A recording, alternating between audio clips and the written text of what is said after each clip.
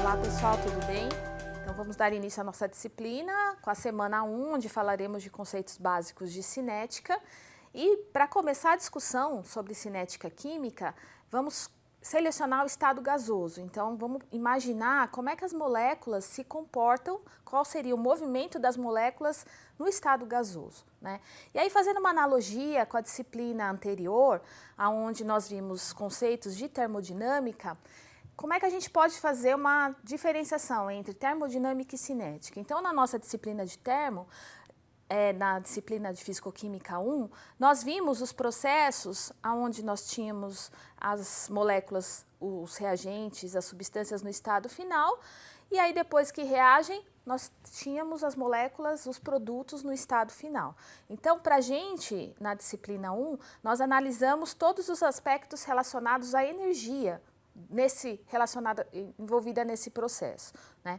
Já na cinética, o que a gente está interessado pensando no mesmo processo, ou seja, numa mesma reação química, seria a velocidade com que essa reação química acontece. Então a gente teria que, né, imaginar, além da energia envolvida, o tempo e a velocidade que essa reação acontece e o tempo que ela levaria para acontecer. Então, isso seria uma comparação para diferenciar aspectos cinéticos de aspectos termodinâmicos.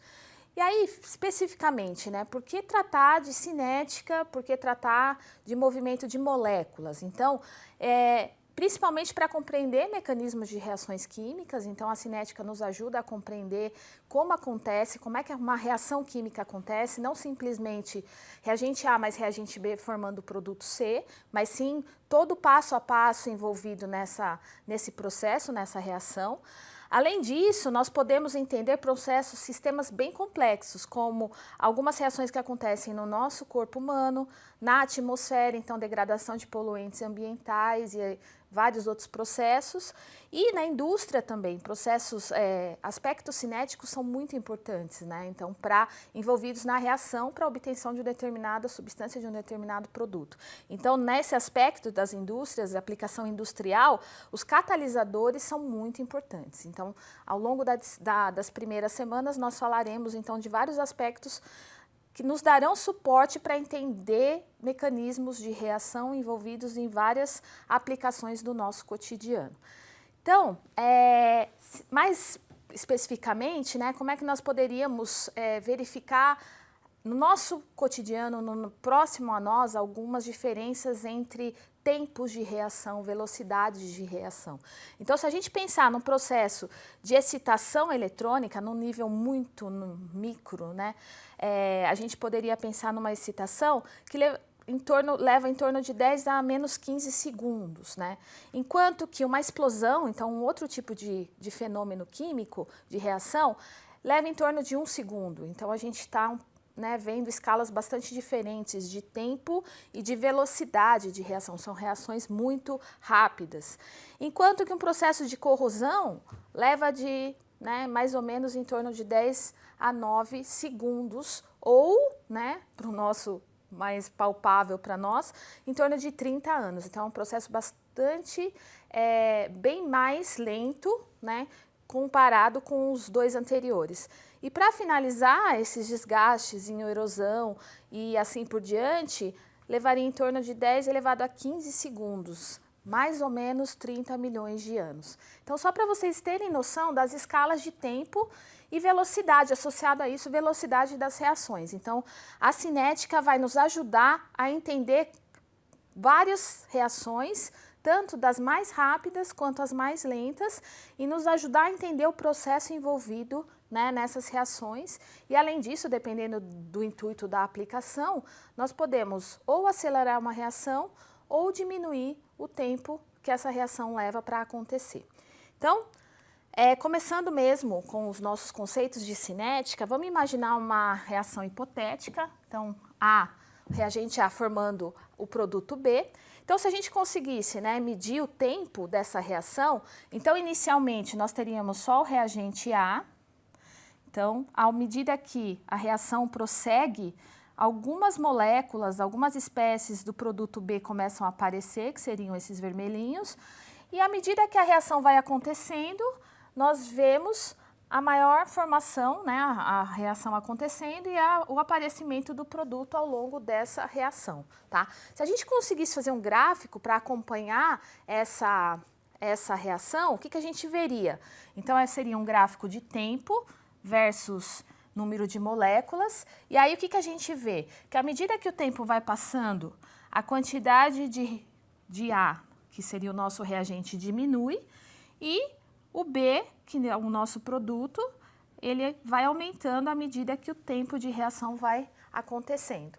Então, isso nos mostra que, à medida que o tempo passa, quantidade de reagente diminui e quantidade de produto aumenta. Então, isso já é um dado importante para a gente definir algumas propriedades daqui para frente. Pensando especificamente no gás, como eu falei para vocês no início, que é o nosso foco hoje, né? Entender o movimento das moléculas das espécies no estado gasoso. Então, olha só, algumas definições. O gás, se a gente for pensar em movimento molecular, é o tipo mais simples, né, a se descrever. Por quê?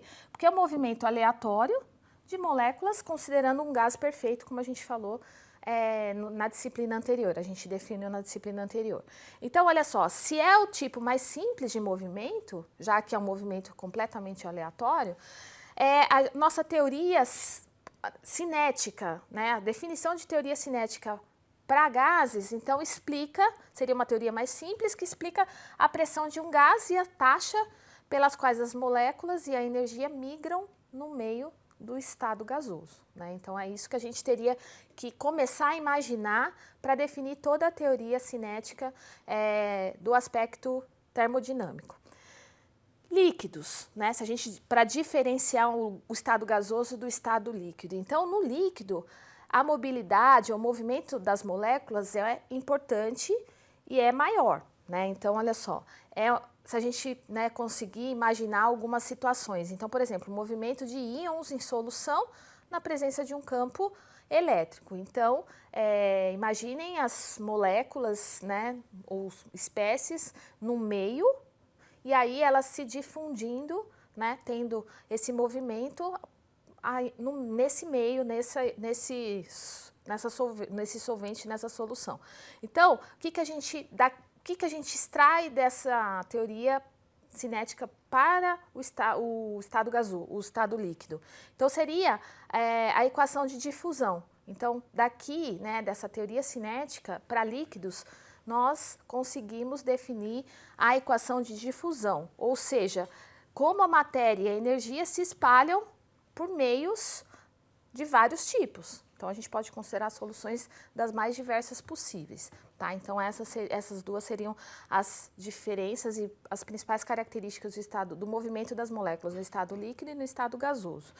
E aí, a gente precisa chegar no modelo para todos os tipos de movimentos moleculares, certo? Não só para gases, não só para líquidos. Então, o que a gente precisa pensar? Moléculas migrando em uma série de pequenos passos. Então, pensando no geral, não só em líquidos e gases, mas no movimento das moléculas no todo, em qualquer estado. Então, seria o quê? A migração dessas moléculas em vários passos, em várias etapas, pensando, por exemplo, numa reação química que acontece em várias etapas, tá? E aí, essas, né, moléculas, esses pequenos passos que elas vão seguindo para até alcançar o estado final, então são responsáveis por muitas propriedades das moléculas no estado gasoso ou no estado líquido ou fases condensadas, né? Então, a partir de todas essas deduções de movimento molecular, nós conseguimos extrapolar e explicar várias propriedades de soluções, de moléculas em solução e tanto saindo de reagentes até chegar em produtos, que seria o nosso foco numa reação química, tá? Então, e também, a partir da teoria, todo esse desenvolvimento da teoria cinética, a gente consegue definir algumas propriedades de transporte das moléculas em um meio, né? Então, definição clássica de propriedade de transporte de uma substância. Então, seria a capacidade de transferir matéria, energia ou qualquer outra propriedade de um lugar para outro. Então, imagine nas moléculas se movimentando e conseguindo, então, transferir matéria, energia ou qualquer outra propriedade. E nisso surgem basicamente 4 tipos, né? Esse último ele pode ser considerado também, mas a gente tem o processo de difusão, que é uma propriedade de transporte. O que é a difusão? É a migração de matéria devido a um gradiente de concentração. Então, se a gente tem uma diferença de concentração, a gente pode observar o processo de migração, de difusão das moléculas. Condução térmica, o que seria essa propriedade de transporte? Seria a migração de energia devido a um gradiente de temperatura. Então, como o próprio nome diz, se nós temos as moléculas em temperaturas diferentes, a gente consegue ter, então, o processo de condução térmica. Condução elétrica já é o caso onde a gente tem migração de carga elétrica ao longo de um gradiente de potencial elétrico.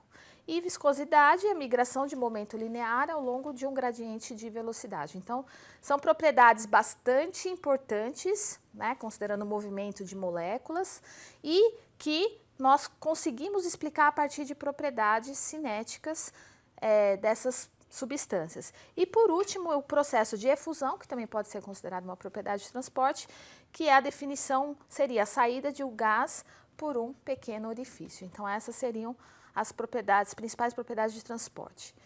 E o modelo cinético dos gases, né? Então, vamos definir alguns pressupostos que vão nos ajudar a imaginar todo esse movimento molecular nos gases, tá? Então, olha só, no estado gasoso, como estão as partículas? Estão sempre em movimento. Então, isso, imaginando o estado, a gente consegue visualizar bem essa situação. E o volume das partículas individuais? Lembrem-se que a gente está tratando de gás ideal, então a gente vai considerar o volume das partículas como 0. Colisões entre as partículas com as paredes dos recipientes. Então, essa colisão gera automaticamente a pressão, que a gente chama que é a pressão exercida pelo gás. Então, quanto mais colisões tiver, maior é a pressão daquele gás. As partículas, de novo, como é um gás ideal, nós vamos considerar que não há forças umas sobre as outras, então não há interação umas sobre as outras. E a energia cinética média é proporcional à temperatura de um gás. Então, quanto maior a temperatura, maior a energia cinética média daquelas moléculas. E mais mais 3 pressupostos bastante importantes para a gente considerar na dedução de toda a teoria cinética dos gases seria o quê? O gás consiste em moléculas de massa m em movimento aleatório incessante, só frisando o que a gente já falou anteriormente.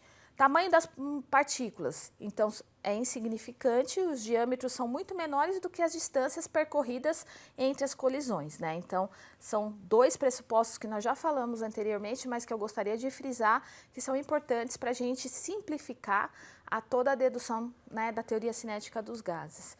As moléculas, elas interagem, ou as partículas, interagem somente devido a colisões breves, infrequentes e elásticas. Então, o que eu quero dizer com isso?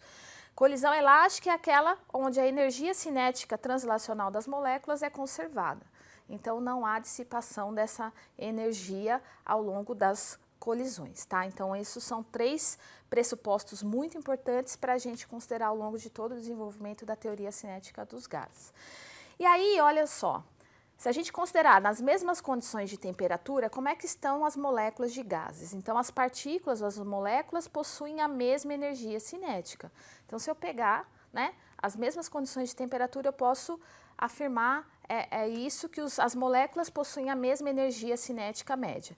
E como é que a gente calcula a energia cinética? Então, é meio da massa vezes o volume, a velocidade ao quadrado, tá? Então, é a equação conhecida de energia cinética. E, de novo, na mesma temperatura, o que eu posso afirmar ainda? Que moléculas menores movem-se mais rapidamente do que moléculas maiores, né? Então, isso já é fácil de imaginar. Então, isso é mais uma consideração que é importante para a gente trabalhar com toda essa dedução. O que mais que a gente pode tirar daqui? Já que as moléculas elas têm um movimento totalmente aleatório, randômico, né, no estado gasoso, a gente já considerou que em maiores temperaturas a gente tem um maior movimento, né, das moléculas. Então, a gente pode, além da equação anterior, a gente pode considerar outra equação de energia cinética que é 3 meios de RT, tá? Levando em consideração esse movimento randômico das moléculas. Outras deduções que a gente pode tirar de todo esse estudo relacionado à velocidade, a movimento das partículas, das moléculas no estado gasoso. Então, a gente pode calcular a relação pressão-volume, então, onde a gente tem 1/3 de NmC², aonde esse M, né, é massa da amostra vezes o número de moléculas, de partículas. Então, esse M a gente pode definir como massa molar das moléculas. O C seria a velocidade quadrática média das moléculas. E a raiz quadrada, né, dessa média da velocidade, se a gente tirar a raiz quadrada da velocidade ao quadrado, então a gente consegue calcular essa velocidade quadrática média das moléculas, que a gente utiliza aqui para calcular essa relação pressão-volume, tá? E lembrando que se a velocidade quadrática média das moléculas depende apenas da temperatura, né? Então, a temperatura constante, como a gente viu na disciplina anterior, nos leva exatamente à lei de Boyle, que diz que a relação pressão-volume é igual a uma constante. Então, é só para mostrar para vocês a relação e sempre a confirmação das teorias, das leis que a gente viu na disciplina anterior. Outra propriedade que a gente pode calcular das partículas no estado gasoso. Então, olha só, é a velocidade quadrática média das moléculas de um gás, o C com essa barrinha aqui. Então, o que a gente tem? A gente tem que é 8RT π m elevado a meio, ou seja, a raiz quadrada disso. E aí a gente pode tirar que essa velocidade é proporcional à raiz quadrada média da raiz quadrada da temperatura e é inversamente proporcional à raiz quadrada da massa molar. Ou seja, a velocidade é diretamente proporcional à temperatura e é inversamente proporcional à massa, tá? Então, dessa equação a gente consegue tirar essas duas relações. Então, confirmando que a maior temperatura, o que a gente tem? Em maior temperatura a gente tem maior velocidade, porque são diretamente proporcionais. Ou seja, e com relação à massa, a gente sabe que uma dada temperatura, moléculas maiores ou mais pesadas, elas vão ter mais dificuldade, ou seja, a velocidade vai ser menor. Tá? Então, a velocidade, elas se movimentam mais lentamente. E aí, algumas outras propriedades que nós tiramos, que podemos calcular das partículas, das moléculas no estado gasoso, levando em consideração todo esse aspecto cinético das partículas. Então, seria a pressão. Então, a pressão nós conseguimos calcular a partir da velocidade média ao quadrado, levando em consideração também o volume. E aí, velocidade também a gente pode calcular, que é a raiz quadrada de 3RT sobre M. E outra propriedade que a gente pode calcular é o quê? A velocidade mais provável que uma determinada partícula vai estar naquela temperatura. Então, a gente pode calcular essa velocidade mais provável, né? Se a gente levar em consideração que num sistema gasoso, algumas moléculas podem estar uma velocidade muito maior, outras muito menor, e calculando a velocidade média, né, a gente vai ter um valor, mas que a gente pode determinar a velocidade mais provável de uma determinada partícula, de uma determinada molécula. Então, para calcular a velocidade mais provável, a gente faz o cálculo da raiz quadrada de 2RT sobre M. Tá? Então, essas são mais 3 propriedades, ou seja, pressão, velocidade e velocidade mais provável, que surgem de toda essa dedução cinética, ou seja, o estudo do movimento das moléculas, do movimento das partículas. Disso tudo, Maxwell, né, foi importante porque ele definiu mostrou alguns importantes resultados relacionados a tudo isso, que a gente chama de distribuição de velocidade de Maxwell. Então, nesse primeiro gráfico, o que eu quero mostrar? A gente tem o nitrogênio em várias temperaturas, então desde 100 Kelvin até 1000. E aí o que a gente observa, e é um gráfico de velocidade versus fração de moléculas, então o que a gente observa é exatamente o seguinte: em temperaturas menores, a nossa fração de moléculas com velocidade aqui, né, é muito menor do que em altas temperaturas. Então, em altas temperaturas, a gente tem uma fração, né, muito maior de moléculas com velocidade, né, considerável do que em baixas temperaturas. Por outro lado, se a gente for pensar em tamanho, como a gente viu lá na equação anterior, que velocidade é diretamente proporcional à temperatura. Então, eu aumento a temperatura, a velocidade aumenta das partículas e a fração de moléculas aumenta com uma determinada velocidade.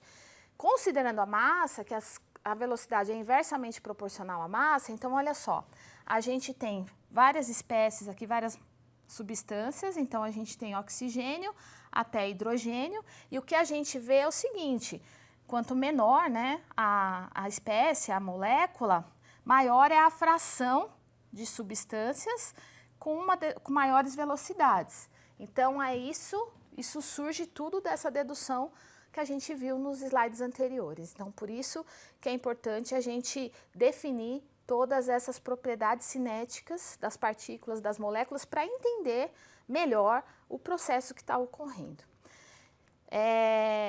Outros fenômenos que a gente pode encontrar quando a gente tem moléculas no estado gasoso. Então, olha só.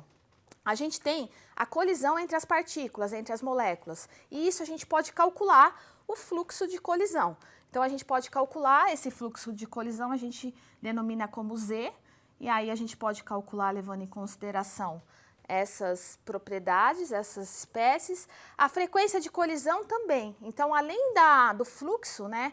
Como é o fluxo dessa colisão, a gente pode calcular a frequência, com que frequência ocorre a colisão entre as partículas, entre as moléculas. Então, aí a gente define como Z, tá? E pode calcular a partir dessa equação.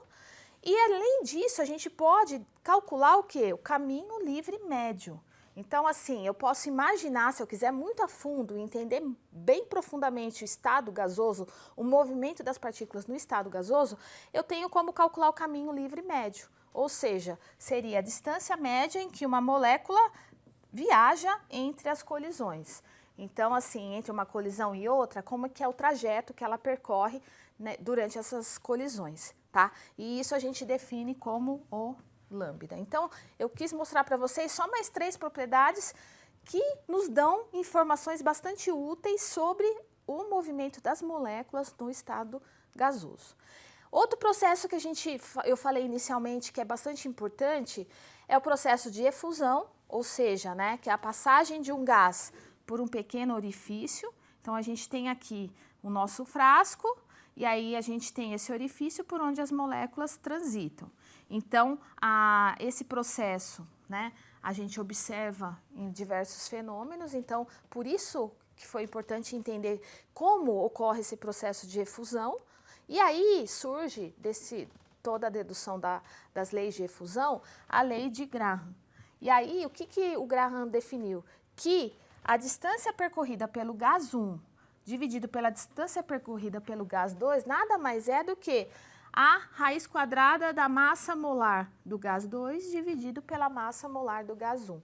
Então, se você tem 2 gases onde ocorre o processo de efusão, então se você souber a distância de um e a massa dos dois, você consegue descobrir a distância percorrida pelo outro gás, tá? Então, é bastante útil essa dedução de Graham. Outro processo bastante importante para a gente discutir um pouquinho é o processo de difusão. Então, na difusão, a gente tem 2 recipientes, né, com 2 gases diferentes. Então, o que a gente faz? A gente pega e tem essa barreira aqui, né, separando os 2 gases. À medida que eu tiro essa barreira, eles se difundem, as moléculas, né, se misturam do gás A com o gás B.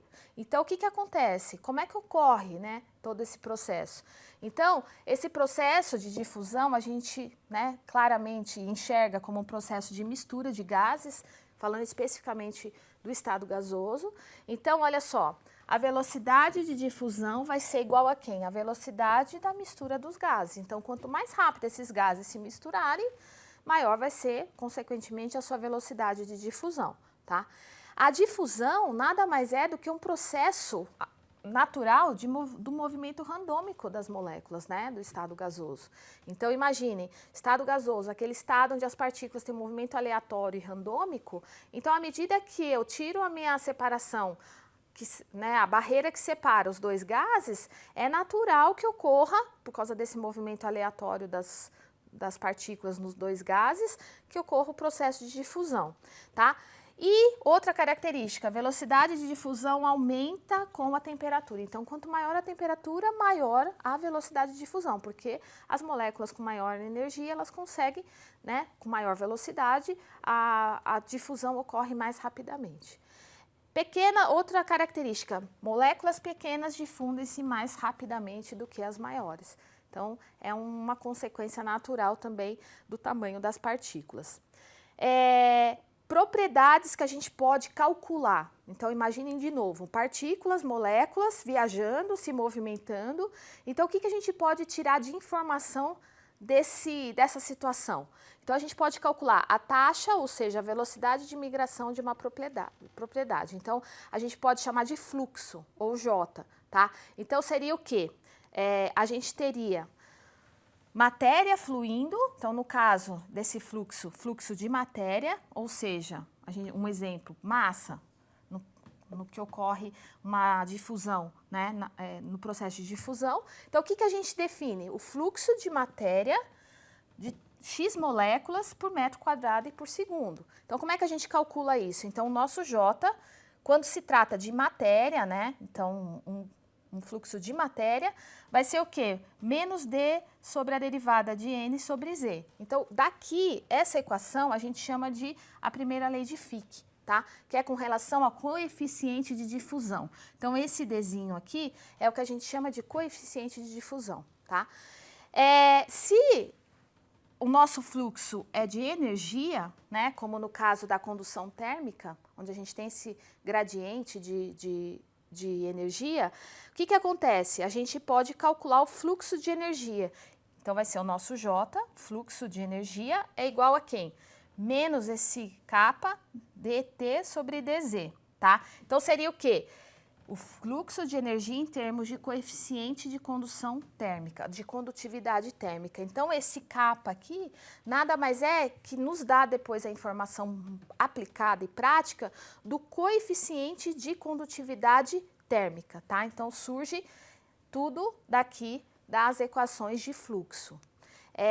E para resumir, eu coloquei nessa tabela, eu quis mostrar para vocês nessa tabela exatamente algumas propriedades de transporte, como a difusão, a condutividade térmica e também a viscosidade. Então, como é que a gente pode imaginar? Então, difusão é um processo relacionado a transporte de matéria, condutividade, transporte de energia e gradiente relacionado ao momento linear, tá? E aqui a gente tem todas as deduções, tá? Das principais propriedades que surgem das definições de fluxo, de difusão, de condutividade térmica e de viscosidade. Então, a gente, no caso da difusão, a gente tem o coeficiente D, no caso da condutividade térmica, a gente tem o coeficiente de condutividade, e no caso da viscosidade, a gente tem, então, exatamente a definição matemática de viscosidade e as unidades relativas, tá? Então, isso é só para resumir